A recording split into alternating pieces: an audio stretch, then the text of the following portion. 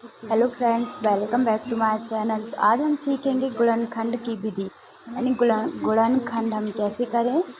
गुणनखंड सीखने की ये न्यू ट्रिक, तो सबसे आसान ट्रिक है गुणनखंड की। तो सबसे पहले हम क्या करेंगे, अपनी संख्या लिखेंगे और लास्ट वाला डिजिट देखेंगे ये कौन सा डिजिट है, यानी ऑड है इवन।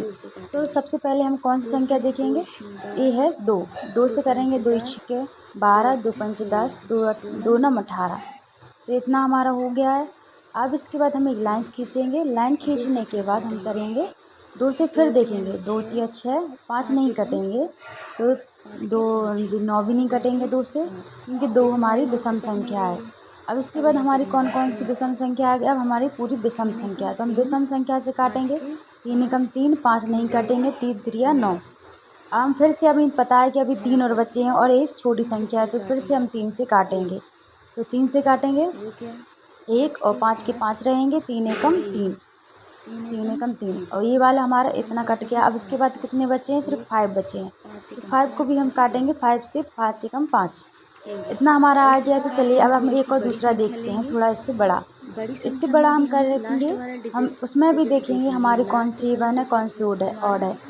इसमें भी हम पूरी संख्या देख लेंगे और इसमें भी सम है लास्ट वाला डिजिट, तो हम सबसे छोटी संख्या लेंगे। तो छोटी संख्या कौन सी होती है, 2।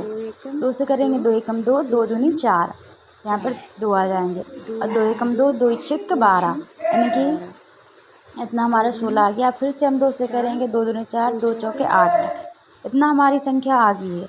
अब इसके बाद हम लाइंस खींच के फिर से हम दोबारा से पहाड़ा पढ़ेंगे। 2 2 छक्के 12, 2 छक्के 12, 2 8 के 16, 2 एकम 2, 2 दूनी 4,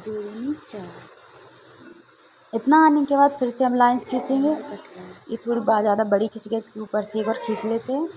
लाइंस खींचने के बाद फिर से हम 2 से गुणा, यानी 2 से भाग देंगे। 2 तिया 6, 2 चौके 8, और 2 छक्के 12, तो ये हमारा आ गया है। इसके बाद फिर से देखेंगे, अभी भी हमारी सम संख्या है, 2 से कटेगी।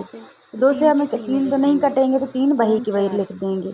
2 से कटेंगे 2, यानी 4, 2 दूनी 4, और 2 तिया 6, इतना हमारा कट गया। फिर भी हमारी 2 से अभी एक और संख्या कटेगी, तो फिर से हम 2 से काटेंगे। 2 एकम 2, और 3 के 3, अब फिर से काटेंगे 3 से। अब हमारी संख्या कटेगी 3 से, 3 एकम 3, और 1 का 1 ही रहेगा, 3 एकम 3। तो ये हमारी गुणनखंड विधि है सबसे आसान तरीके से।